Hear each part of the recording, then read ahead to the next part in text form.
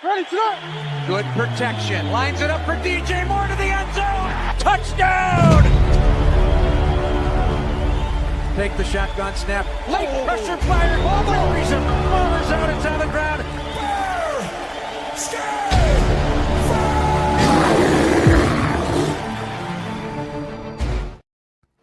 What is up, everyone? How's it going? Welcome to the Week 2 reaction of the BEARSKIFILM show. Here we are, the three of us, me, Dave, Carl, and Dave, I'm going to mute you because I can hear my echo. Where are the two other dancing Israelites? Oh, I don't know. But listen, I was thinking about this, David. That's the show. That's the show. There you go. There it is. Within the first 30 seconds. I have to do it. Sex machines there. Okay, that's one. Yeah. All right. Listen, I was thinking about this. You know, I know David through work. Back in the day, it was a couple years after high school when I was out of high school that me and David started working together. And David, correct me if I'm wrong. I want to say it was like 2009. Like for that 2010 Jay Cutler game, we were working together. Mark Trestman got hired in 2013. I remember us going to a game together in 2013. Right? Do you know the last time the Bears won a playoff game? 2012. I know the answer. 2011. Was it in the year 2011, but it was the 2010 season? No, possibly. Possibly. It was the Caleb Haney game against the Packers. No, it was that was the one we lost. That was the run, though, but because that was the NFC Championship. So yeah, no, Sex Machine 2018, we did not win a playoff game. We got bounced in the wild card. So, David, the last time this team won a playoff game, we were working together. Dude, it's so we used to have this conversation, right? We used to just throw this out there. Oh, would you rather have one Super Bowl or 10 years of playoff appearances? And I'd always go one Super Bowl. It's like, dude, we haven't won a playoff game in fucking 13, 14 years now. So then it's like you take a step back and I start to just question, so where do people really like pull this hope from? Pull this idea from that we are any kind of threat to anybody out there in our current state? I mean, dude, this team is now 0-2, right? Who knows if the future stays the same, gets worse, gets better. We're still not sure what the roads ahead of us are going to play out to be like. It's definitely going to be a bumpy ride. Whatever path it goes on, it's going to be a bumpy ride. However, just going into the season with some of these predictions, it's funny to me. So just like I started last week, and I'm going to try and start every show. Guys, Carl, we'll start with you this time, and then David. Carl, you predicted this team at 7 wins this year. How do you feel about your 7-win prediction at this point in the season? I essentially feel like I'm in the middle of a flawless victory. Could have easily won that game against the Vikings, and all it will take is a win against the lowly Raiders for me to be back on track at 1-4 going into the bye. And it's essentially a unanimous loss across the board for the fellowship, I'll call it, for the Redskins game. So, again, I was not under the impression that the Chicago Bears in 2025 would come out to this hot, incredible, fast start. I know, Paul, you're a big fan of, got to get out to a fast start. It's so important. And you're not wrong. But the playoffs were never really in the focal point here. You always tell your team and say, yep, we need to win the division, get into the playoffs, and go from there. And you never coach a team and say, yep, guys, we have no chance at the playoffs. We're simply not going to make it. You'll never hear that. That would be asinine. It just makes no sense. But the fact of the matter and the reality is when you bring in essentially an entirely new coaching staff, aside from your special teams coordinator, there's going to be a lot more moving parts. It's going to take more time. And to expect this thing to hit the ground running, unrealistic, in my opinion. And Carl, if you could try, do you have the predictions with our predictions on it as well? Yeah, That's the one yeah. Let me see. If and then, so to your point about a fast start being important, right? I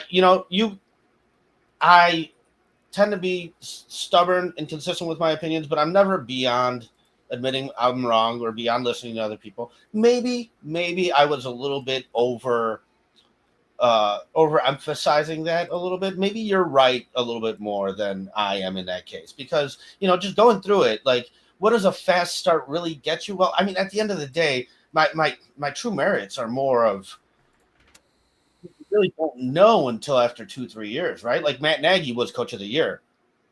Ryan Pace was GM of the year. In fact, Matt Nagy started off his first 4 games with a 3-1 record. Matt Eberflus started off his first 4 games with a 3-1 record. Mark Trestman started off 1-3. John Fox started off 1-3. Lovie Smith started his career here at 2-2 in the first 4 games, just like Lovie always does. Just focus on 4 games. Let's just win 2 of them. If we just win 2 out of every 4, then we're at 8 wins at the end of the season. You know how he preached it. He lived that from day one. So maybe you're right a little bit, Carl. Maybe that hot start that I thought was really, really important isn't as important in the long term. I'm not saying that it's not important. It is. I said it's not realistic. Fair. To keep the glue holding all the pieces together, that's why I thought you needed a hot start, because as we can see, we're in week 3 and conversations are going many different ways. So, David, I'm going to shift it to you. You predicted this team. I don't know, Carl, if you have that file ready yet or not. You predicted this team at 6 wins at the beginning of the season. David, how do you feel about your prediction? You got to unmute yourself, buddy. All right, there you go. I feel pretty good about it. I feel pretty accurate. Carl thinks he's a flawless victory. I think it'd be a miracle to be at 7. I think it'd be a miracle for multiple reasons, and then we can kind of like divert our conversations into different directions. But I just think that 2 weeks in, I think you're just seeing much more of, and this is the stupid thing, and this is why it's so hard to come back on here and talk about the same shit over and over and over again. And now we're just seeing the flaws in Ryan Poles' draft picks and all this bullshit. But I feel okay about like 5. I still do think like 4 to 5 is realistic. I think you'll get some sneaky random wins.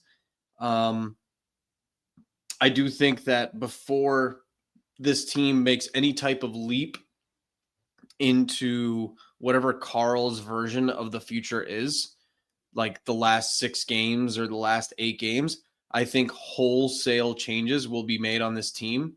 And like, it was just one of those like shower thoughts kind of things. But like, I think what we're experiencing right now is the concentrate of the last 3 years being smashed into 1 year of Ben Johnson, right? And I think what we're kind of all experiencing is like what the last 3 years of the Justin Fields experiment and Matt Eberflus and like rebuilding and all this bullshit. It's like the patience has worn thin over 3 years. And now what we expect is to have everything be changed in 1 year and kind of like, oh, everything that was being done in the last 3 years was actually pretty good. But Matt Eberflus is the problem, and Justin Fields is the problem, and Shane Waldron was the problem. And what we're getting now is this like concentrate. You know what you guys know what I'm talking about. Like you're not getting the can of Coke. You're getting the bag. You know, if you've ever worked at a restaurant, you're getting the bag of syrup. And it's just hooked directly into your fucking veins. It's poured straight into the cup, and you're just like, oh, this tastes like shit. And so if we are going to be on an upturn into the next season, I think that you're going to see a totally different team by the end of this season than you are now. I think you just can't, like, not coaching wise, but I think you need to see I think you need to see 7 to 8 different starters to be on an upward trending thing, because I think what we're seeing is like. Can you just rapid fire that real quick? Like, what are you talking about? 7 new starters? How is that? No, real quick. I just want to let everybody know. At one point, I looked at my phone and intergroup messages. I had 200 unread messages. Yeah, man, Carl. So, like, if you guys could just like driving back from Michigan on summarize that, and you're like, "Oh, Carl's time to die here. Let's spam him." Like, come on, man. Well, let's go one at a time. I mean, if Carl's asking like, what do I mean by like changes in the offense, I think honestly, I think no, Cole I Kmet needs thought to be you were talking benched. about personnel. Yeah, just rapid Yeah, fire. I don't even think care about the Cole player, Kmet's- just position. I think there's some sort of inherent player problem here going on. I think there's a player problem. Like, and it just keeps bleeding over year after year after year after year. No matter how hard, like we're David? I think by the end of the year, we're gonna be saying like Matt Eberflus actually did do a decent job with what was here. And I think Cole Kmet is going to be benched and cut. I think we're gonna see Colston Because Loveland he's not starting. getting targeted. Got it. I think Could I DJ just Moore. piggyback off something, David, really quick? When I asked Dan about the state of the Bears, he kind of said one thing, and he's like, dude, he's like, if next thing you hear is we're having a team fucking meeting, I swear to God. Yeah. Yeah. No. And because this is what I mean by the concentrate, right? So let me take a step back. And what I mean by this, you're hearing 2 games into Ben Johnson's tenure here, the same shit you heard like after Tyreek Stevenson collapsed, right? This team is a team full of guys and mental midgets that when things are going well and they believe and buy in, things will go well. This isn't a team full of like rugged, down and dirty type of players. And I don't mean any like specific players. Like I'm not talking about Caleb Williams right now. I'm not talking about like, I just mean more of like Montez Sweat is not a leader on this defense. He's not the down and dirty type of defensive player. He's one of your highest paid defensive players, but the guy's like basically you're a second or third option. TJ Edwards is probably the loudest voice in your locker room, and he's injured, and he's a bargain linebacker. You've got Jalen Johnson being a top 12 paid cornerback, and the guy can't stay on the field. And when he's on the field, he's either like saying some shit on 670 to score, or he's performing well, but he's not really like loud and boisterous. Like I think Ben Johnson, what he's trying to do is emulate the Dan Campbell system. When they were bad, he's a gentle tap on the shoulder, right? We can do this, guys. We can make it. But he's not doing it to the same type of people. And so what I mean by that is like when you see a long-term overhaul, I think this is kind of why I predicted this season to be so boring for me personally. And I'm already bored, is because we're going to take 15 more games to find out that Noah Sewell is going to be the starting linebacker next year. And Ruben Hippolyte is going to be the starting linebacker next year. And that Jalen Johnson, if God forbid, like his injuries heal up, he'll be the starting cornerback along with, plug-in name. Tyreek Stevenson will be gone. It's just this, it's going to be a weeding out process this year that I am not really that interested in. And what I mean by that is like, so if we're going rapid fire, I think we're getting this concentrated version where Ben Johnson on game 2 is already saying shit that was being so hinted at through the media the first few games of last year, 3 years into Matt Eberflus's tenure, where it's like practice habits.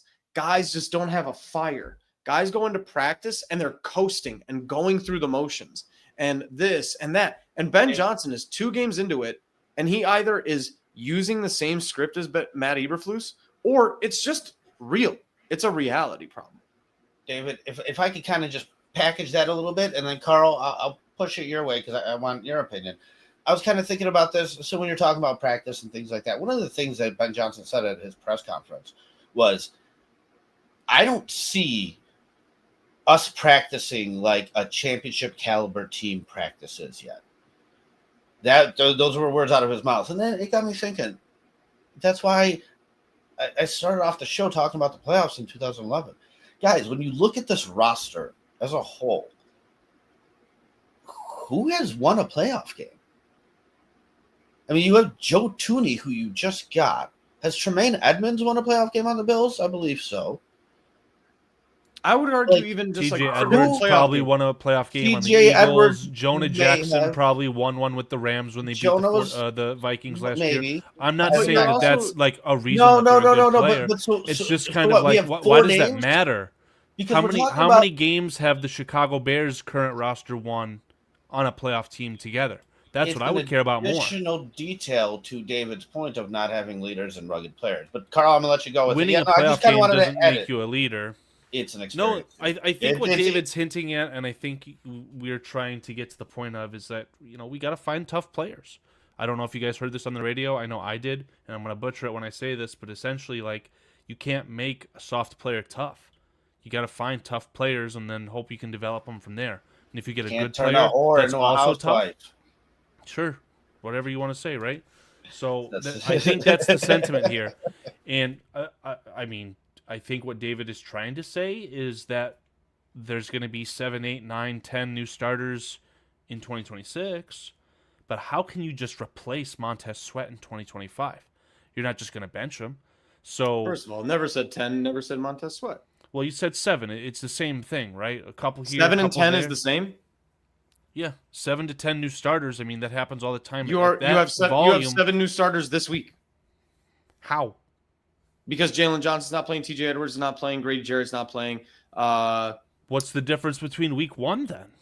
You almost won a playoff game without, or a playoff game, a football game, an important didn't. football game. You almost No, you did didn't. win. Yes, you almost No, won. you didn't. No, you didn't. You didn't almost win anything. You lost the fucking game. You lost If the that's the game that sentiment you want to have, sure. you. So was there any difference? Was there any difference between the Vikings game Sentiment. and the Lions game? Because I think there was a huge difference. Please add my 2 Almost cents. no starters. Almost no starters were different between the Vikings game and the Lions game, and you got blown Except out by a TJ fucking Edwards and excellent Jalen game. Johnson. So you increased your personnel and you lost by even more, right? They both didn't finish the game, and they both played hurt. What are you talking about? You were losing the entire game and you were losing when they went out because they went out early. No. When did Jalen Johnson go out? 7-7? Probably at the end of the first 7-10? half.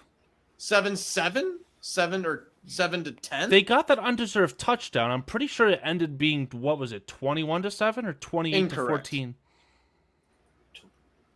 And regardless Whatever of the that, case was. look, what my point is that this is a much bigger rehabilitation project than anybody really thought it was. Who are you arguing with about this, though? People who predicted 7 to 10 wins, who thought that you Oh, had but a bunch of Pro Bowlers, 6 is not. Okay. but you had a bunch of Pro Bowlers on this roster. According to everybody, you have the best If you wide catch receiving your core in the form, NFL. you sure absolutely can produce Pro Bowl talent. I would be Guys. very surprised if Joe Tooney doesn't end up getting a wave of Chiefs voters to get him into the Pro Bowl, right? Because that And Pro it Bowl only is took bullshit. stealing him from the Chiefs. But people like DJ Moore and people like Roma Odunze and people Who's like Luther Burden, defending Colston, DJ Loveland, Moore? and how Cole Here, Kmet- I got to make something real quick. Keep talking about it. I'm going to show you something. Listen, no, I want to say something. When it comes to, I love that you said, "Oh, we almost won that game," because I was thinking about this too. Like, we want to sit here and count a season filled with missed opportunities and failures, and go, "Oh, but we almost won this one. We almost won this one. We almost won this one." You never, ever, ever, ever look at it the opposite way. Honestly, we should have lost week 1 Why? against the Titans. Oh, With Caleb last year? Last yeah, year. we should. I thought we you were should have talking about lost Minnesota. it. No, I'm talking about history because we should win these games, and nobody ever wants to bring up the ones that we should have lost but actually won. You know why? Because it doesn't fucking matter when you win. It only matters when you lose, and you only come up with these excuses and reasons of why you lost and why you were so close, and they only matter to the losers. Meanwhile, the winners just win. And they keep winning. And, dude, and at the end of the day, Carl, I think I put this in a text message. When you look up the history on any quarterback, right? Like, if you look up Jay Cutler right now, you're going to get his win and loss record and then his playoff accomplishments. And that's Wins and what you losses aren't a live. QB stat. They are. No. Yes. No, I Yes. just simply disagree with that. In fact, they're an everybody stat, and the QB wears that stat more than everybody else. Okay, because you don't, every position. Yeah, no, for real, every position you could say that this guy has a win-loss. Dude, okay, it's not a QB stat. What's the win-loss record of, I don't know, Drew Dahlman? Do you ever pay attention to that?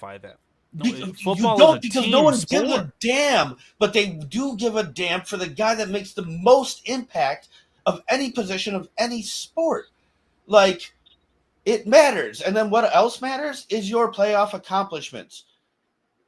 Dude, you could be Dan Marino, but you don't have a damn Super Bowl. You could be Jim Kelly. People don't even know who you are. But if you get one, oh man, people know who Trent Dilfer is. And he got cut after that was his last game as a Raven, a Super Bowl win. People know who Brad Johnson is.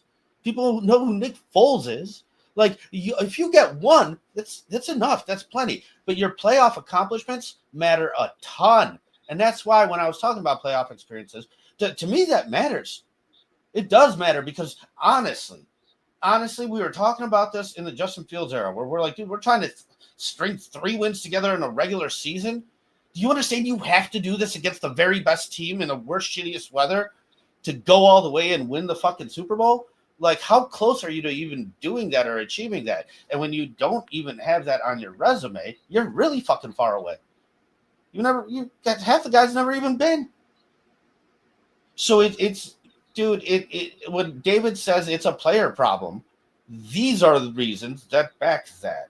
I don't know if it's a player problem. I've heard it's an everything. I've heard it's a fucking team president problem. She died. Now it's ownership. Everything's a problem. I heard it's a fucking systemic problem. It's all a problem. It's always been a problem until it's not, until we win some fucking games and get some W's. And when that happens, problems tend to be a lot easier to handle. So that's why it's the most ultimate of all the stats. Dude, I don't care how many yards Caleb throws for. I really don't if it's a win. If it's a loss and he throws for 400 yards, I'll try and make sense of the loss just like everybody else. But these are all just excuses and like they're pointless. What matters most is winning the game, controlling the game. There's enough talent on this team to do so. What's going wrong? Like, what is going wrong? It's been built wrong. We're fucking racked with injuries. And honestly, like I've been saying, this division's fucking crazy. Those first 2 teams are really good goddamn teams. Like, dude, we're not there. We're just not there yet. And hopefully, to me, just a step forward this year, man. Eye test wise, like I'm fully predicting a 300-yard game from Carson Wentz this weekend, replacing JJ McCarthy. So, Paul, where are we going with this, though? I mean, I'm hearing that the NFC North is competitive, is crazy, has got top-tier talent. I agree. Why, through the grapevine here, why does that lead to suggesting we want to see Tyson Bagent? Because whenever I hear that, even the thought of that, I want that exterminated. Then let me put you back on track, Carl. You're asking, and we went on a tangent. So let me put it back on track. Before this gets lost in translation, let me put it back on track. Feel free to throw out mine. Let me put it back on track. Jesus Christ. You guys are fucking going on tangents and then getting pissed off about people going on tangents. I'm trying to go back to your original point of 7 new starters. If you're asking the question of why is this team still a 6-win team, which is what you asked me with, why do I feel confident about being a 6-win team? I don't think that the coaching staff is that bad. I don't think that what they're doing schematically is that bad. I think what you have is a bunch of coaches putting players in positions to take advantage of things, and these players are not taking advantage. So if you're actually asking me the question, and an actual direct response is, I don't think Ben Johnson is a terrible coach. I don't think Dennis Allen is a terrible coach. I think they've proved that with years and years of experience, years and years of like track record. So when you ask me, why do I think that there's a chance of 6 wins? You need to blow this thing the fuck up. And that's what I mean by you need 6 or 7 different starters at different positions, because you need guys who actually give a shit at this point. So why did we draft 3 offensive depth pieces before even thinking about adding to the defense? And then that 4th pick, which was made in the 2nd round, is also a healthy scratch. You're asking questions that we've been preaching for fucking 2 years. So don't ask me, because that's my entire life point. The fact of the matter is that Ben Johnson is the mastermind behind those picks. You don't know that, because at the end of the day, the only constant is fucking Ryan Poles. And Ryan Poles has been equipping his head coaches with players that don't fucking see the field for 5 fucking years. So don't say that it's a Ben Johnson issue when the guy making the actual call at the end of the day is equipping his head coaches with players that they can't use or don't want to use. When Matt Eberflus is begging for a 3-tech for 4 years and he trades back 1 pick and says Jalen Carter is a character problem, so let's get Darnell Wright. Darnell Wright's not a bad player. He's actually been playing pretty fucking well through 2 games. But at the end of the day, you've been neglecting the defensive line for years. You've been neglecting the offensive line for years. And now you have no idea how to fix these problems. So when I say like it's a player effort problem, fuck it. Throw in Theo Benedict at some point. Fuck it. Throw in Shamar Turner at some point. Fuck it. Trade DJ Moore at some point if you think he's a legitimate issue. Pause. Please put my PDF on the screen. Trade him for a second or third round pick at some point. Fucking start Luther Burden. I don't care. We can start the walk back segment of the show here with the walking back that you're seeing on the screen. So just keep that in mind again. Dude. We are not trading DJ Moore in 2025, period. Pause. Right? Dude, listen, like, can I just squeeze pause the you lemon, real quick? baby. I don't want to sit here and just harp on Swift and his takes, and I've done that on Twitter back and forth. We've gone back. This and isn't forth. a Swift. This isn't He a post about Swift. Sometimes and doesn't, and I don't. I'm not trying to sit here. This isn't a post about Swift Sports Network. Through the mud. This isn't a post about Swift. Okay, all right, fair enough. What it is the idea of when everyone saw the writing on the wall, right? 10th overall pick on a tight end. Well, you can't pay both tight ends. 39th overall pick on wide receiver 3. Technically, currently wide receiver 4. Just not possible. So for anyone to say, nope, DJ Moore is irreplaceable, can't go, bullshit. And we were talking about, I know you two were talking about this probably within the first week of the draft. Dude, so it's we like were talking about it right when he got signed. That like, this is good for a year or two, and then just he's tradable. 2 games. That's why I asked Swift. I said, "What's the difference between?" And again, not about Swift, just the idea, right? He's the talking head in this example. What's the difference between 4 months ago and now? Oh, we lost 2 games. We lost 2 games. Oh, just time to throw in the season. Nope. What can we get for DJ realistically? I will emphatically tell you that you could get the 32nd overall pick from Buffalo. You have had several years worth of below-the-belt handshakes with Buffalo Bills and their ownership. If they want to win a Super Bowl, and unless Keon Coleman proves me wrong, they need a dog at wide receiver. That's what DJ Moore is. And he's on a cost-controlled, friendly enough contract. You could straight up get pick 32, a first-round pick from the Bills, for DJ Moore. And if you don't do that, if it's an option and you choose not to, it's stupid. And this is my point. So, like, by the end of the season, you're talking about, let's talk about 11 positions on offense. You're going to see a different tight end starting for the last 6 games of the season, and Cole Kmet will be a backup that is going to be somehow looking at, like, how do we cut Cole Kmet next year? Because he has under 30 catches this year. Then you're going to talk about how did we get rid of DJ Moore? Rome Odunze is clearly the number 1 with Luther Burden as the number 2. Who's our number 3? Then you're going to talk about at least 2 offensive line changes. Let's be fucking honest, because just how it's. Jonah Jackson has played like shit. Braxton Jones has played like shit. Joe Tooney and Drew Dahlman are the only consistents. Darnell Wright is a good third. And then, so we're talking about 4 changes right there on offense. On defense, who the fuck knows who finishes this season? You're asking me, how do we get to 6 or 7? I just named you 4 on offense, and you've already had 4 on defense that I don't see remaining on this team. Tremaine Edmonds, TJ Edwards, Ruben Hippolyte is going to play. Noah Sewell is going to play, because guess what? They are showing that they want to fucking play. I saw Noah Sewell make more plays in 3 drives than TJ Edwards and Tremaine Edmonds did in 2 fucking games. Until he was asked to cover Aaron Jones in space. Got it. We're sure enough, it's linebackers. What are you talking about? Slippery slope, and I'm already losing the point. But I wanted to bring this up because you made a point that I actually agree with. You said that Darnell Wright has looked good. I agree with that. I have heard, let's call it, the technical side of our fan base here on YouTube, no shade to anyone, suggest that they already knew, they've prophesized that Darnell Wright is not good enough as a tackle. So, what do you guys feel about taking Darnell Wright, putting him at right guard, starting Ozzie Trapillo at right tackle, and telling Jonah Jackson to find a new team? At this point of this, the way this season, let me answer that. You have to do it soon to let them gel. But yes, Paul, go on. Who is the better player between the 2? As far as like who's better? Darnell Wright. Darnell Wright is more. Darnell Wright's probably a better right tackle at this point. Who knows? I'll have the bold take. Why would you put him in a different position, make things harder on the guy that's better, and then put in the guy that's worse to replace him? Why wouldn't you put that This burden is on all- Ozzy Papillo. This is Instead, not like, my opinion. So to me, it's just a I question. listen. I know these guys can play different positions on the line. I'm personally, I fucking hate it. When Tevin Jenkins was in that right guard and he was doing good, and then you moved him at left guard and he started suffering a little bit, and it's just like, yeah, because he was doing good at right. We did the same shit with Kyle Long.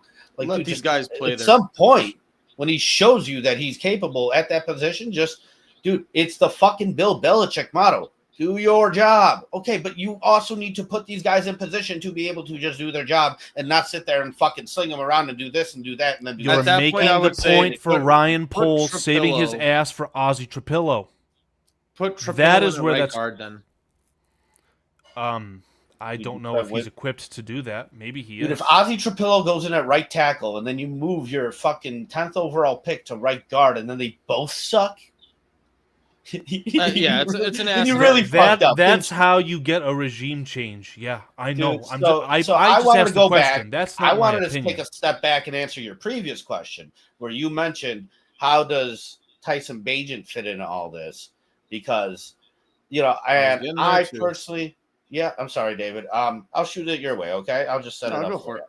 Yeah. No, because it's like I've personally always enjoyed this conversation, and me and you, David, have never, ever, ever, ever shied away from it and been afraid to have it. Whereas some people, I mean, the immediate reaction is, "What? You're crazy! This and that." Okay, well, we were crazy when we wanted Justin Fields gone and we wanted Caleb Williams here. Now we're crazy that we're holding Caleb Williams accountable, and we're saying if this continues, if the losses continue to build up, at some point you pull the plug and you try something different, period. Like, that's what you're going to do. You're going to try and save your ass as a coach. And to me, the fact that we literally saw this situation to a worse degree play out on a team where we know that head coach there is a great head coach with Kyle Shanahan and the San Francisco 49ers. I mean, they literally traded up for Trey Lance. He's played way less games than Caleb. They cut their losses earlier, and they started a 7th-round pick in Brock Purdy and still made a damn Super Bowl. So it's happened right in front of our eyes. Why is it asinine to even bring up a conversation and have the idea or the talk about this being a potential road that the Bears might go on? Because Peyton Manning had a rookie season of 3-13. It is This isn't beyond his rookie asinine. season. This is Not Caleb's his rookie rook- season. How in the fuck is this his rookie season? Because What? last year he wasn't even Yeah. within Yes. the I realm of know. competent coaching. Matt And Eberflus, it's a his new first year didn't count scheme. too. You Matt can't even Eberflus's say it's first year JJ didn't count too. McCarthy's rookie season. Don't you Fucking dare tell no me it's way. Caleb's Might as rookie well season. be. He's up for rookie No, of the year if he was to fuck. earn it. No, he's Not according to his not. contract. Not according to his No, contract. he's It's got a not. fucking Yes, He's he not season up is. for contract. This is rookie his year. rookie He's year. not If you go qualified. look at the When's pictures, this he's is got the little not- badge that says rookie premier. It is his No. rookie When- year. You have to fucking No, pay it's him, not. Carl. According to his contract, it's not his rookie year. And No, that's by what this is based on. no standard of any imagination is this JJ McCarthy Except the NFL's. There is not. No, it's not. He can't win rookie of the year. He's not qualified Yes, for he rookie can. of the year. Yes, he is. No, he can't. Joe Burrow went I to will a bet Super Bowl during Anything. his I will bet Apex second year. annual His budget that first year. this is his rookie year considered by the NFL. Then the NFL can fuck That the is not how fuck it off. works. So let's just No let's just shit. start- then let's just start That is fucking not how it works. having It's not his rookie year, quarterbacks Carl. from USC get playbooks from the fucking Broncos in 2 years of preparation and just let him be like, oh, he's not playing for them, but he's a rookie for them. So like, I don't want to fucking hear that shit. Here's my Literally, point. you Like, Google it. It says he was a rookie in 2024. Like, come on, dude. It's yeah, this is stop. just Like this is ridiculous. This He is has ridiculous. the premier patch. Okay, cool. So let Google the answer where you have that JJ McCarthy qualifies for So rookie patch- of the year. Then I don't dare trust you. Apex Takes to over all provide me with the fucking correct time. answer to that I one, dare David. I you apologize. you know it's not The true patch- because he's not a rookie. Yes, he is. According to the No, he's NFL, he not. is. This is No, his he's rookie not. season. No, he's not. I don't know why we're harping on this. I want to go back to the asinine take. You're of the one suggesting who that called Caleb Williams, a rookie. Caleb Williams has You 35 called more Caleb games. Williams a rookie. You This hold is it his, why to we're this accountable. is his on it. rookie You year. hold it to about. It No, you essentially hold it might to as well be. It's No. not. It's not. He's actually 5 Caleb and Williams fucking has 12. 30. And he w- What's the math on that, gentlemen? What's 17 You times can't- 2 minus Then you 2? can't bring up Fucking any 12, rookie Carl. stats. Then you can't ever tell me. that I he never threw did. touchdowns I'm in the not Dan NFL. Shortino. I don't bring that up. Guys, this is Caleb 32 Williams' second games year. left. and there's a fucking I'll put it leash back on on him. the rails. And if you keep Let me put it losing back on the rails because this Jesus. is ridiculous. Caleb Williams has 32 games remaining until we have to make a decision. At the very minimum. That's insane. This is why here. Let's put this back on the rails. When you're saying why are we entertaining? It is. I Yeah. love it. Why are we entertaining fucking the love idea of Tyson Zojo. Bagent? Here's why we're entertaining it. Because you're angry and bored with the season. I'm not talking anymore. I'm gonna turn off the camera. No. All right, David, go ahead. Carl's muted. No, I'm gonna literally log off. No, yeah, okay. Come on. You're gonna rage quit middle of the show. Go ahead. No, I'm trying to talk. I'm not rage quitting. I'm being rage muted. So go ahead and talk. So you're asking me why we're entertaining it is because right now you're going to basically maintain this consistency of Caleb Williams throwing for 185 yards, 1 touchdown, and 1 interception. That is a recipe for fucking disaster in any team in the NFL. Like, if this is what you want out of your second-year quarterback, then congratulations. You can definitely make this Trevor Lawrence work for the next 3 years. You can Trevor Lawrence this shit, no problem. But I guarantee you the Jaguars are not happy. The Jaguars are not happy. The fans are not happy. Kyler Murray fans are not happy. And the Cardinals aren't happy. You want to talk about first-round picks? Like, this is how you get locked into a middle. And that's my point in all this is like, if you are honestly, you're going to have to pick a side soon. Like, this is the condensed version of what we've been talking about in Matt Eberflus and what we've been seeing over 3 years. We gave Justin Fields 3 full years. That was 1.5 years, way too long. In hindsight, everyone can say that. And I don't sound like an idiot. If I said this in the middle of the Justin Fields experiment, I would have been fucking kicked off my own fucking YouTube, right? Because God forbid I said anything negative about Caleb or about Justin Fields. And now we're stuck in this fucking middle where Caleb Williams has not improved in the slightest in any way since last year. He's done the same shit. He holds onto the ball too long. He throws frozen ropes. He can't layer or feather the ball into deep coverages. He can't throw a deep ball. You're asking him to read a new playbook. You're asking him to fix his mechanics and be a leader on a team all at the same time in his second year. It's just too much to ask of the guy. If this was him in his second year and he wasn't playing, I'd be fine with it. But the problem is that you've put him into a situation where you need like basically Jared Goff to take over. So this is how you get locked into a middle. Caleb Williams at this pace will 100% start all the games this season at this pace. And that's a problem. Because if you're okay with him copying the season he had last year in his second year, then that's a problem. I'm sorry, his first year. He's a rookie apparently. So like if you're okay with 3,000 yards and 20 touchdowns this year, then you have a problem with a standard of quarterback that you're not okay to come to terms with. This is a first overall pick who is absolutely expected to throw 4,000 yards by this time, in this point of his career, with a guy that you guys are all clamoring for. Now he's going to reinvigorate his career, and he's going to give him a system and in players. And like, what else do you need for this guy before you stop moving the goalposts? Because this sounds a lot like Justin Fields. Get Justin Fields, Marvin Harrison Jr., and an offensive line, and he's going to be a 4,000-yard passer.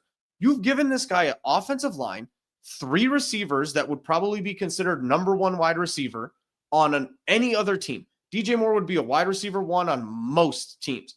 Odunze, wide receiver 1 on most teams. Luther Burden would be considered like a top receiver on most teams. You've given him Colston, Loveland, and Cole Kmet, and a fine below average running game, I guess. But at this rate, if this maintains, if this is the maintenance, I'm okay with Caleb Williams getting 250, 2 touchdowns, and no picks in a few games. Yes, then we're on the way up for sure. If it happens, I have seen no evidence of it happening. None, no evidence of this happening yet. And everybody's just like, it's going to come. It's going to keep happening. It's going to come. Fine. At 8 games into the season, we're going to be like, it's still coming. It's coming, guys. Any day now, 10 games in. And then it's too late. And then you've wasted an entire season on a developmental quarterback that's not developed. So entertaining the idea of either fucking tanking this thing with Tyson Bagent and getting a top 5 pick is not ridiculous to me, because you're talking about, oh, if Caleb is still at this point in 2026, then you can talk about regime changes. Why don't you talk about regime changes now? It's already a fucking catastrophe. You're going to get another top 5 pick. You're about to get another top 5 pick with Caleb Williams. I'll tell you why. It's because there's still a 10% chance or so to make the playoffs. Once that number becomes 0, right? If it becomes 0, you entertain whatever moves you want to entertain, because But I think you're gonna ride it out with Caleb to the point where you ultimately fail the season as a whole, and then you will go ahead and switch quarterbacks if you need to switch quarterbacks. David, you mentioned 3,000 yards is not okay. Dude, I'm okay with 3,000 yards. You know who had 3,000 yards last year? Jalen Hurts. Dude, it doesn't matter. What matters is he won games. Like, what matters more is when those yards come. I've come to terms with the fact that this team isn't winning games because it's bad in other ways, though. Hurts. This is the only time I'll side with Carl on this, because he's right. Like, at this point, you can't expect Caleb to win games and manage the game when this team is this bad. But so that's what I mean. So no. My problem with it is that Caleb had 15 drives last game and came out with 212 yards. In a fucking 52-point blowout in your second season, fucking light it up. Light it up. 400 yards, 4 touchdowns, 2 picks. Light it the fuck up. Give me some semblance of evidence that you understand how to play in this league and that you can take advantage of, even when you're losing. You can fucking come in and capitalize on some offensive opportunities.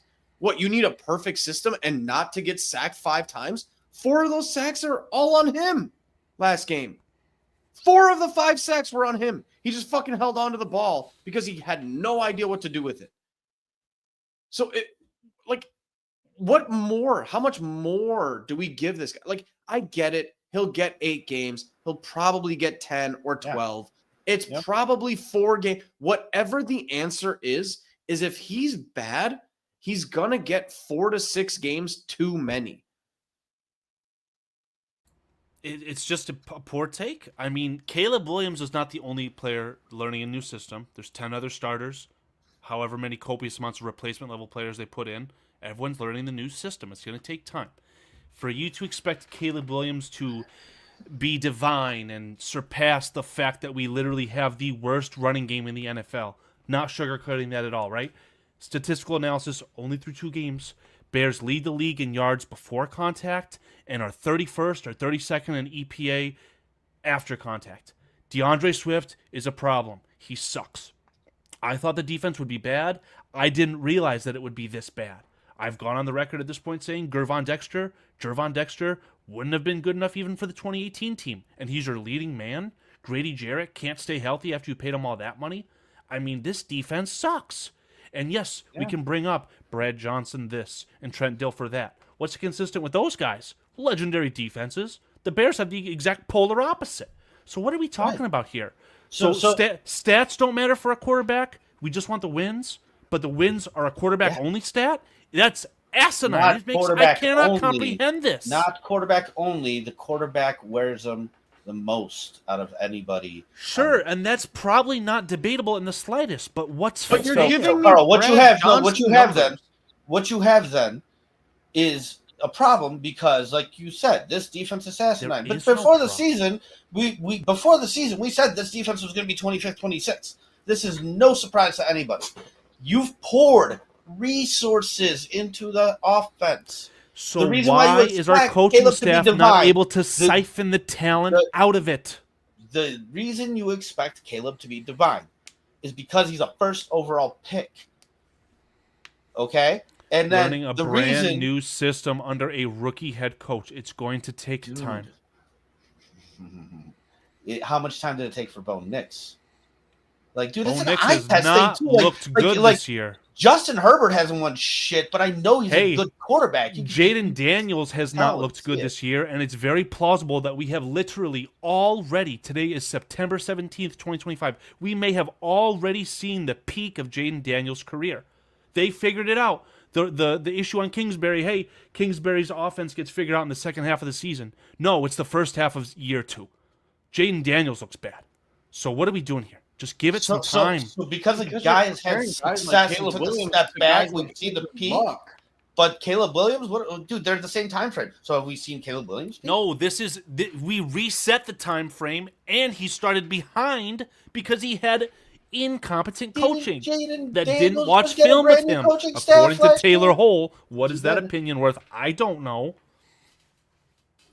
Carl, it's excuses. Guys, do it quick in this league, man. Dude, here's what I didn't say that you should extend Caleb Williams for $70 million average annual value. I said that he's got 32 more games promised to him.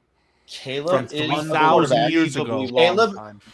Caleb is a quarterback that is not currently able. I don't know if he will be in his career or not, but currently as it stands right now, he is not good enough to overcome and mask other team deficiencies. And neither is Joe Burrow. Like a lot of you know my take on Joe Burrow? Have to do, Carl, and they do. It's very rare you get such a complete roster like San Francisco or the Eagles. Like, dude, you mask up for a lot of issues. For Christ's sake, Aaron Rodgers had Joe Philbin calling his plays. Like, dude, you could, if you're good and you can play in this league, you'll see it and you'll know. Dude, you have not seen it with Caleb. It's still a project. Dude, he's a first overall pick. I'm going to tell you right now, we're not winning a Super Bowl with Caleb Williams. We're not. It's not going to happen. In 2025? No, in general. How can you say that 2 games into the current sample size? That's asinine. It makes no sense. It just makes no sense to me at all. Your implication that Caleb Williams and like Brad Johnson and Trent, you have Caleb Williams as a first overall pick putting up Brad Johnson and Trent Dilfer numbers. So like he's not even as good as the losers that you're comparing him to, because he's not. He's not as good as Trent Dilfer ever was right now. He's not as good as Brad Johnson ever was right now. And you're using them as the example. Those guys had fringe Hall of Fame running backs, and literally those are 2 of the top 5 defenses in the entire NFL history. Stop using them as an example of losers when our loser isn't even as good as those losers. So you can't use them as an example of losers. And says who? According to what? My eyeballs. Congratulations. Then we're all wrong. The talent is there. He was the undisputed number 1 overall pick. No. Because you just said that Caleb Williams has 32 games of unsigned blank checks, when according to you, Patrick Mahomes doesn't even have 32 games of unsigned blank checks. You are giving an unlimited 32 leash game blank check to Caleb Williams, but Promised you're like APAC, correct. But if like 10 games Patrick Mahomes starts sucking, you're like, bench him. It's because his team. I didn't say that. I was trying to convey my love for Baker Mayfield. You think Lamar Jackson sucks because his roster is good when he's thrown to the best receiver in Lamar Jackson's entire career is Zay Flowers, and he just got him last year. Well, hey, and Mark Andrews in his heyday is pretty good. But you think that Joe Burrow is a mastermind because he's doing more with less when he has Jamar Chase, T. Higgins, and Tyler Boyd his entire career. That team took him to a Super Bowl, by the way. So what is your entire fucking point? You 32 just said Lamar games Jackson promised because he has too my good entire of a point game. is I don't think anybody, except for I don't know, maybe 3-4 in terms guys of in this skill league positions, have that type of cushion. In terms of skill positions, Caleb Williams has been given more skill position players in 19 games than arguably Lamar Jackson did, other than an offensive line. And that's why I say skill position. Than Lamar Jackson did in his first 7 years as an NFL So before the 2025 NFL draft, those players were coached by an offensive coordinator that was fired mid-season, which I think is the first time the Bears literally ever did that, ladled by a coach that was fired mid-season for the first time ever. So I don't know why we're kind of apples to oranging that. Now, yes, So you're saying Loveland a was a receiver- mistake of a draft pick. Luther Burden What? was not the player they wanted, and I have proof of that. Huh? What's your So- point? I'm saying that Caleb Williams has more tools in his toy chest in his first That 2 are being years. misutilized and haven't been coached properly. I agree. So- Ben so you're Johnson saying going garbage for used 4th better- and 1 after 3rd and 1 and 2nd and 1 on his So own 40 in the garbage first used half of properly a is road better than game. good players. So then why I'm don't we saying coaching matters. Because he's garbage, but he's probably going to be used You better. want to shift to Tyson Bagent to tank for a new quarterback because you've already sold on Caleb Williams. That's the fact of the matter here. Because Caleb Williams 19 can't games. make That's DJ all Moore he gets. work. He can't make 19 Rome games, Odunze work. even He can't though make Luther Burden work. He Peyton can't make Manning Cole Kmet won work. 3 games out of 16. And then what did he do after that? Why didn't they give up on What did he Peyton do after Manning? that? What did he do after that, Carl? Yeah, he transformed himself, but it was probably the same system. And they continued to build around him. He figured it out in 1 year in the NFL. After 1 year, whatever happened. Carl, I'm not saying Jalen that you should Hurst give had Caleb 6 Williams offensive coordinators, $70 million on September 17th, 2025. I'm saying he should get 32 games promised to figure it out, and you will know. After that 32nd game, which is remaining at the end of the 2026 season, you'll know what you have. And I think you need to take your lumps and bruises and everything else to get to that point. And to You just just throw that wrote away off- and say, why- nope, I want why Tyson is it Bagent, I want a top impossible- 5 pick for whatever the hell, Lenora Sellers, whatever we're talking about here. You just why wrote is it off impossible Jalen. to think It would be that a somebody terrible else move. can't come in and do a better job than what he's done? You just wrote off You could Jaden probably Daniels. find any quarterback in the NFL to do the exact same as Caleb Williams in the extreme short term. So why do we Jaden need this Daniels. instant gratification? Jaden Daniels just had one of the best 5 rookie seasons, period. Point blank, period. Period. No argument, no debate. I won't acknowledge anything you say otherwise. Jaden Daniels had a top 5 Thank you, Dan rookie Snyder. season, had a top 5 rookie season, period. And you, I'm pointing at you, just wrote him off after 2 games of bad, not even bad, mediocre play. But you're Now, giving that's Caleb just Williams, hyperbole. No, That's just let me jokes. finish, but you're saying 32 games for Caleb Williams, blank check no matter how bad he does, because he needs time. I didn't say that they should bench and You trade just Jaden said it. Daniels, though. No, You I just just said said it. it. Okay, What I said guys, exactly guys. was that it's possible that we've Guys. already seen the peak of Guys. Jaden Daniels' career. We're It's gonna- not we're gonna- probable, it's we're gonna possible. hold- And that was I'm a gonna joke. I'm going to hold both of you to this answer. Dave, yes or no? David, do you see Tyson Bagent start a game as a Bears quarterback this year? 1,000%. Carl, yes or no? Do you see Tyson Bagent? Outside of starting a game? injury, no. No, not outside of injury. Injury is part of the game. Do you see Tyson Bagent? When you get starting- yourself sacked 5 times a game, injuries correct, it's part of your come into game. play. It's part of your game. That's part of your Sure, game. Yep. then no, I don't. You don't think that he will I start don't at see all? Tyson Bagent starting a game outside of injury, and you're Yeah. claiming that, of course, it would be Caleb's Not fault outside that of it. he got injured. It's all his fault, right? So, sure, I will say no. There's no chance that Tyson Bagent starts in 2025. Hey, Carl, let me explain something to you.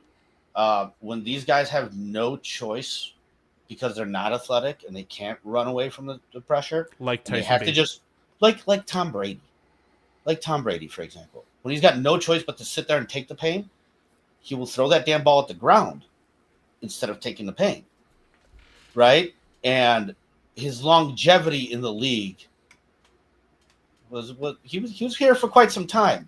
Meanwhile, the athletic quarterbacks that take more hits. I mean, Russell Wilson was really clean and smart about it.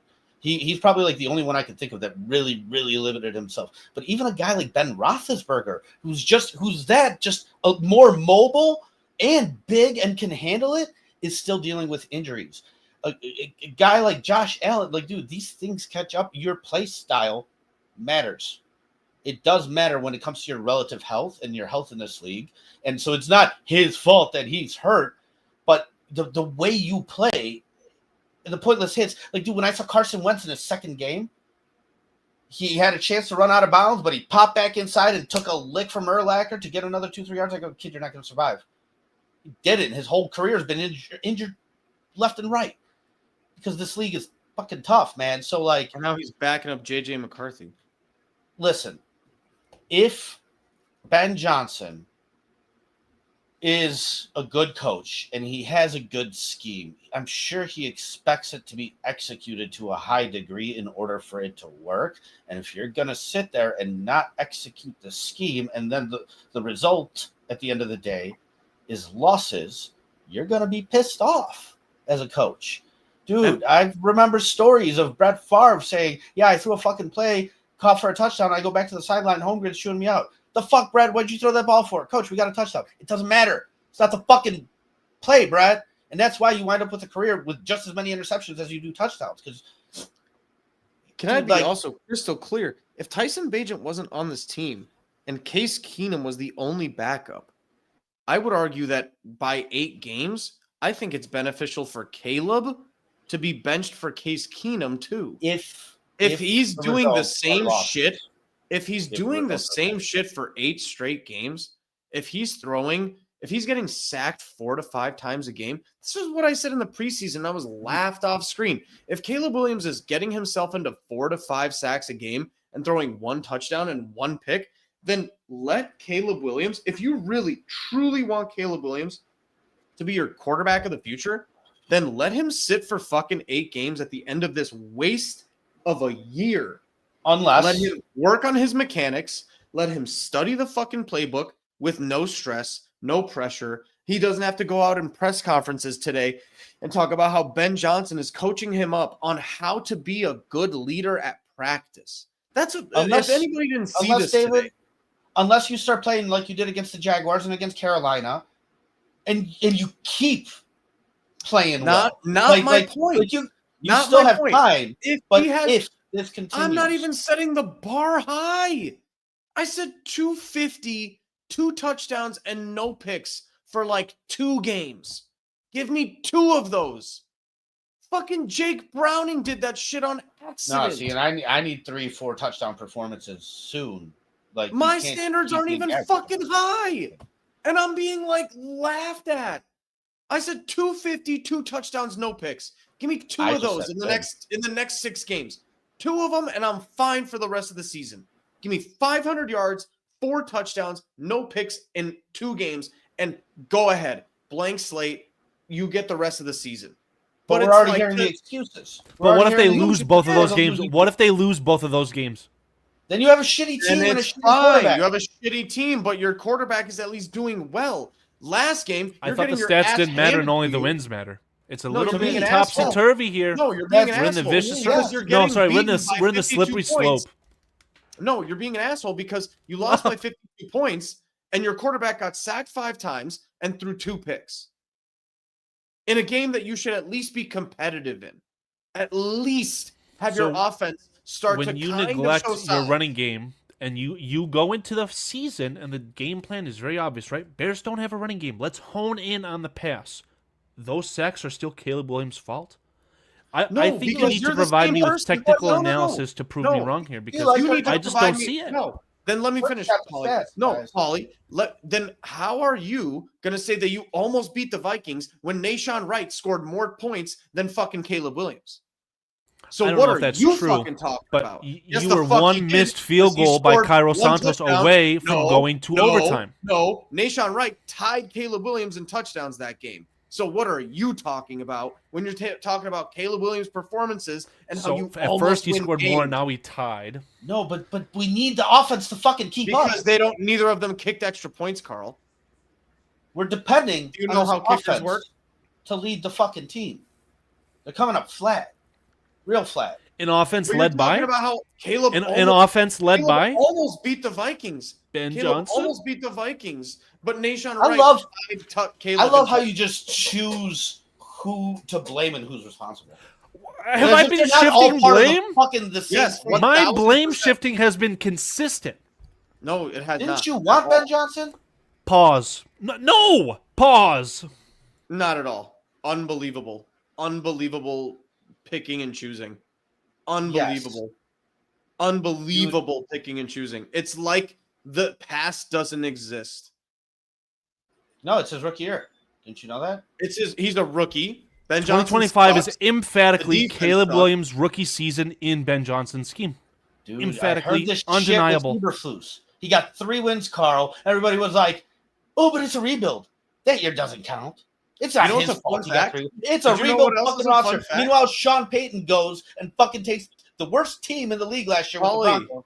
Paulie, it's also Geno Smith's rookie year. Oh yeah, for sure. It's Geno Smith's rookie year. I got a really good Geno Smith meme. Geno Smith meme. If you guys want that one. Yeah, no, I don't want it at all. You do not. You do not. No, I don't at all. Not interested at all. Why are we so? See, I love it, and I love not shying away from this. And I saw the chat, and some people are like, "Oh, this is crazy. Take this." Yeah, dude, I've heard the same exact shit. Well, like you said, David, a year and a half into Justin Fields' career, when we were like, listen, man, this doesn't take steps forward. Guess who's going to be on a fucking chopping block? And people said I had a lazy take and this and that and blah, blah, blah. And I'm just like, no. We're not winning games. Producer? There's a lot. And my lazy take wound up being fucking accurate and right. Producer? So, I was called crazy Producer? for saying Justin Fields is not the starter because I said the Bears are going to Move draft past. Caleb Williams Move or past. Drake May. We were so in love with Yeah. Caleb Williams too because we hated Justin Fields and this and that. Why is it so hard to believe that we just have a standard for fucking where we want this team to be? And the standard Guys, we is have not won a playoff game 19 since games. 2011. Why are you Producer? so like we're so afraid to change in case it gets worse? That's why I asked, who in this league, like, why do you have this idea that somebody cannot come in and do the same fucking shitty job that Caleb's been doing? He has not shown this year so far to do anything special. That's why I said he needs a game like the Jaguars game and the Carolina game, and then he needs to keep that going and change that, because if this continues, it's going to get fucking old really quick, man. So if you do not just demonstrate the required level of patience, you will just continuously be pissing away top 10 draft picks on the quarterback position, right? Carl, Caleb Williams not good enough. Let's tank for Drew this might Aller. be Let's tank more for of a Drew situation Aller. for a veteran. 19 games. Drew Aller's not good enough. Let's tank for fucking Bryce Underwood. What are we talking about? Producer, please. Producer, please share my tweet. Please. Give me one comparison in any way, shape, or form that resembles Caleb Williams' current career that resulted in success. Give me one. I've never heard of a quarterback who's only gotten 19 games, 17 of those. 17 games were under a dysfunctional coaching staff that did not even sit down and watch film with his sorry ass. He was literally, essentially alone in his rookie season. In comes Thomas Brown. Thomas Brown, the savior of New England. I mean, I've never heard of more of a dysfunctional career to start off. And now we're 2 games in to a new scheme under a rookie head coach in an NFC North, which is simultaneous with a bloodbath. And we want Tyson Bagent? What Completely the avoiding actual the question. hell? Completely avoided the question. Give me any example. I just answered it. I don't They have don't an example. exist. It's been it's been terrible. Because How much more of a why is dysfunctional this career the can you have? outlier? Because Carl, we any example deserve to give it that of a justice worse to Ben Johnson the Lance. Great. I keep saying fucking Trey Lance, and you just keep ignoring that, dude. How many games did Trey Lance start wasn't to under dysfunction. Trey Lance just sucked. So it's the only so asinine comparable to think career- that Caleb just sucks at some point. Sure, he could just suck, but he's got 32 more games to prove it. 32? Yeah. Fucking nonsense. The Bears are not in a position where they need to try and win a Super Bowl, right? 49ers already had gone to a Super Bowl with Garoppolo. We're going to get over the hump with increased talent at the quarterback position. Well, no, Trey Lance just sucks. So let's pivot to Mr. Irrelevant, and that was good enough to take you back to a Super Bowl. Still couldn't win it. You're using this as an example of like ridiculousness. It was right. What the fuck are you talking about? It didn't result in a Super Bowl. You got back to one, but you didn't win it. It's just a lateral shift. If they would have been more patient, I'm sorry. If they would have been more patient with Trey Lance, it's possible they could have gone back to the Super Bowl as well. Maybe CMC needed more stem cells in this scenario. It was totally worth it. They came really fucking close, and they almost got it. It's totally worth to make the moves they made for that opportunity. The only even comparable similar careers are Baker Mayfield and Sam Darnold, and the only reason they're relevant is because they got a better situation with a different team. I'm not saying Caleb Williams will suck his whole career. He's definitely going to fucking suck here, though. Caleb Williams on the Rams in a year and a half is going to be fucking awesome. He's going to be the bane of my existence. Baker Mayfield, dude. It might be like he's going to be the bane of my existence. Dude, when except Baker Mayfield was actually legitimately good for the Browns. You're saying probably. Caleb is too, so I don't know, dude.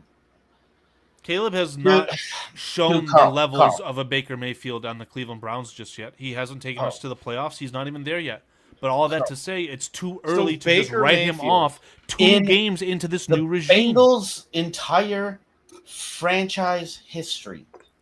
Do you know how many playoff wins they had before they drafted Joe Burrow? Couldn't tell you. 3. Okay, and they've won another 3? Or 4 or 5? In Joe Burrow's second year, they fucking... Dude, okay. But we need to be patient. Guys, we need to be patient. It's a fucking process. It's a building process. This and that. We've literally seen multiple examples of fucking quarterbacks come in and flip shit around because they're fucking ballers, dude. And he's doing it in a fucking damn tough division, too, isn't he? Dude, you're... Collins, that's not much to be proud of. No, exactly. It's true, though. Your standard is the worst NFL bust in all of NFL history? Dude. And dude, I'm telling you, this isn't a plan that's set up to succeed currently. It's a plan that's set up to fail.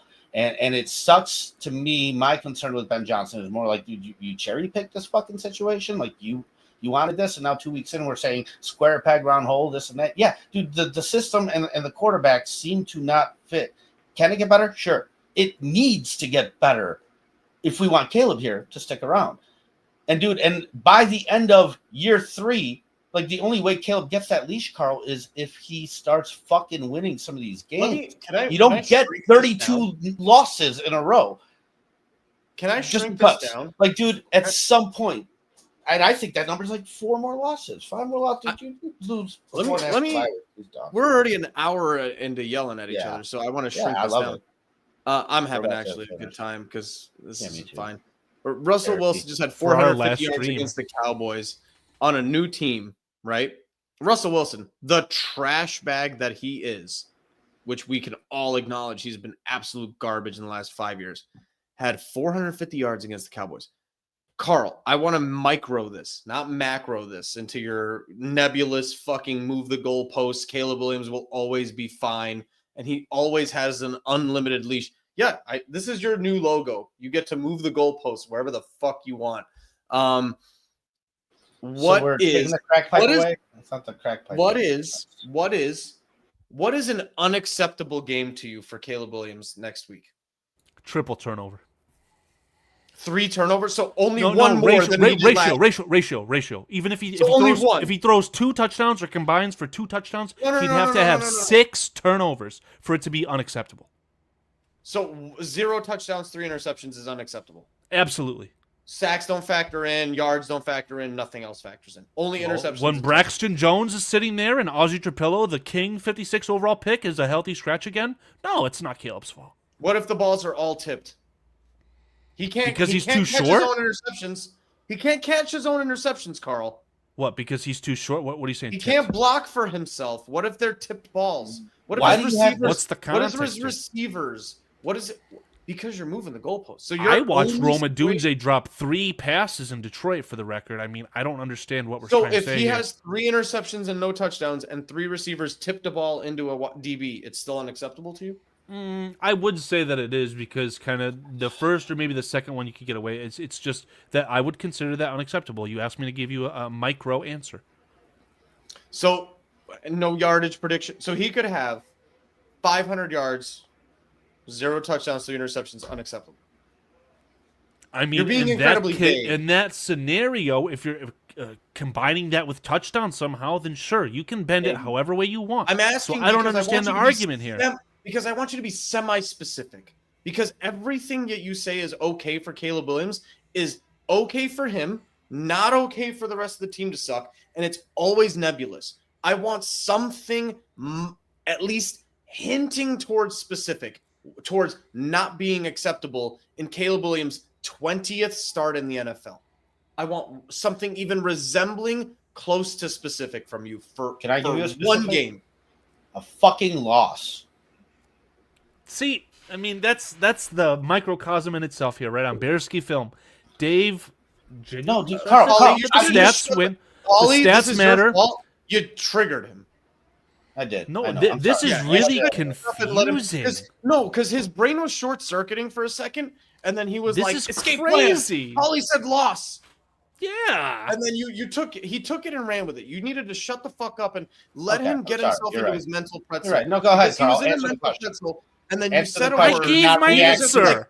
He was like, beautiful, escape plan. I get to, No, he told I you. get to He be told you right again. triple. He I told get you to be triple right turnover. again. He told you triple I get to turnover. be right no matter what again. That's Whereas, like, you know what it is for me, David? It's like I've seen Kirk Cousins rack up fucking yards at the end of pointless games and garbage time, left and fucking right. To me, there is no necessary, dude. Like, yes, turnovers suck. Triple turnover would be terrible. Fuck it, dude. If you scored 4 touchdowns, I don't care about the turnovers, dude.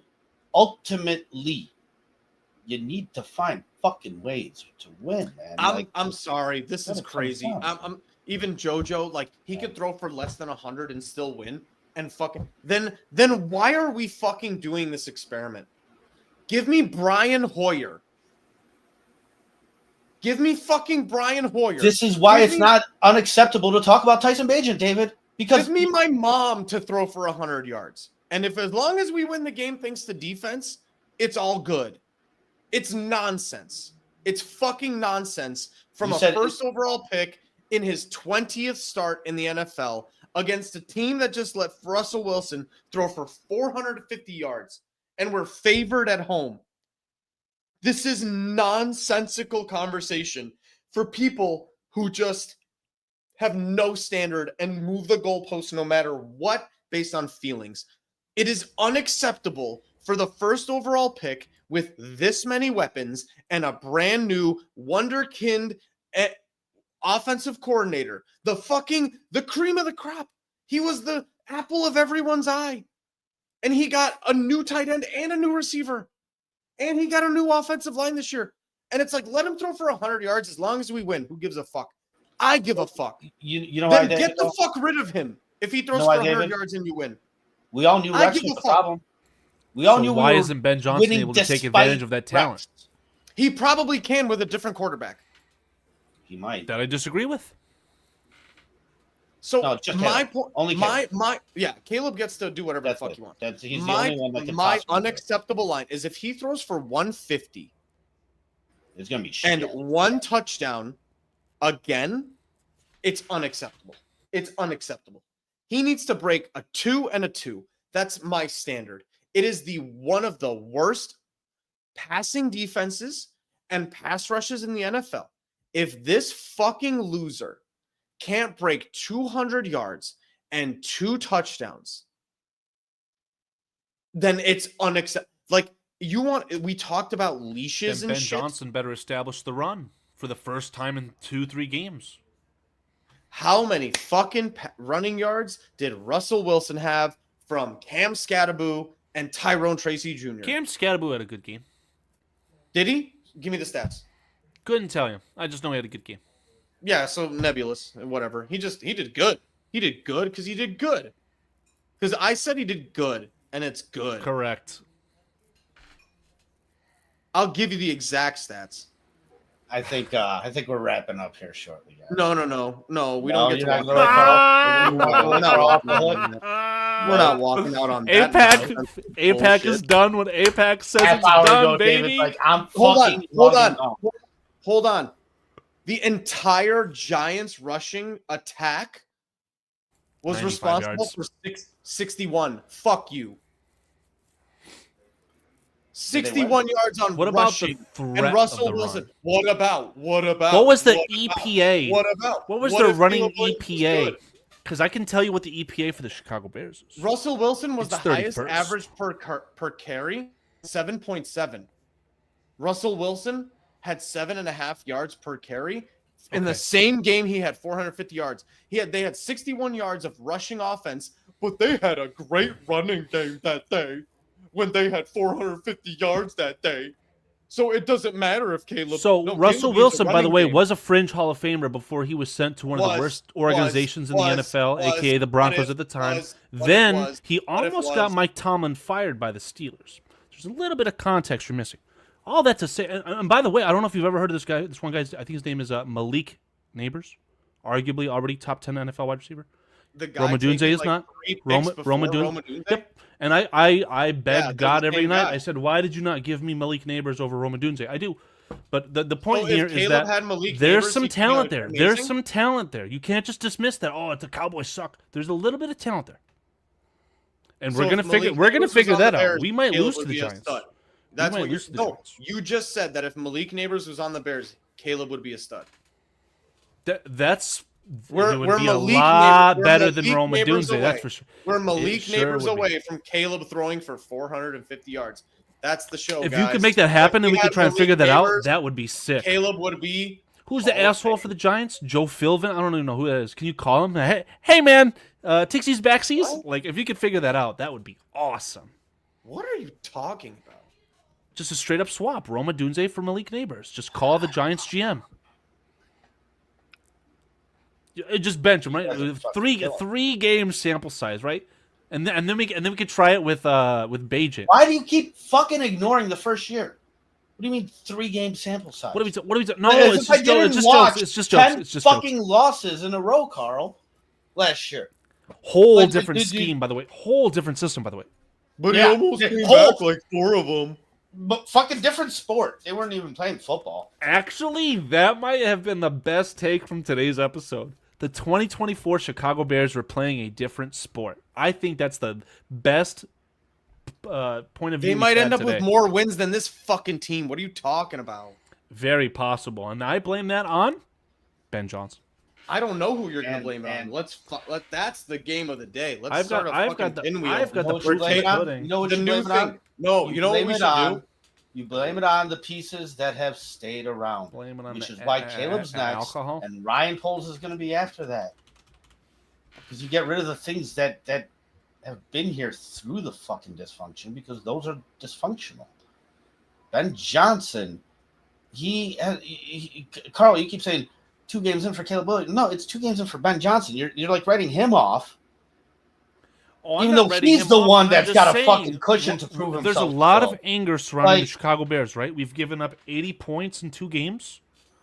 I'm not happy If Ben with Johnson's a real Johnson. coach, like I think he is, I wanted Mike Vrabel here. I still think I was wrong. I still like what I hear and see out of Ben Johnson. There's going to be more growing pains than I was kind of swayed in the offseason to believe there weren't going to be. I still think he's a real coach that's going to hold his players accountable, because that's what I've seen real coaches fucking do. And if that's the case, 100%. Caleb Williams does not meet the bar. He is not. He is not. What he's done in his first entire year and so far this year does not meet the bar for a first overall fucking pick. Like, dude, and it's not just keep drafting. You might be in actually a different situation where you might look at this and go, well, if I could just get a fucking veteran in here.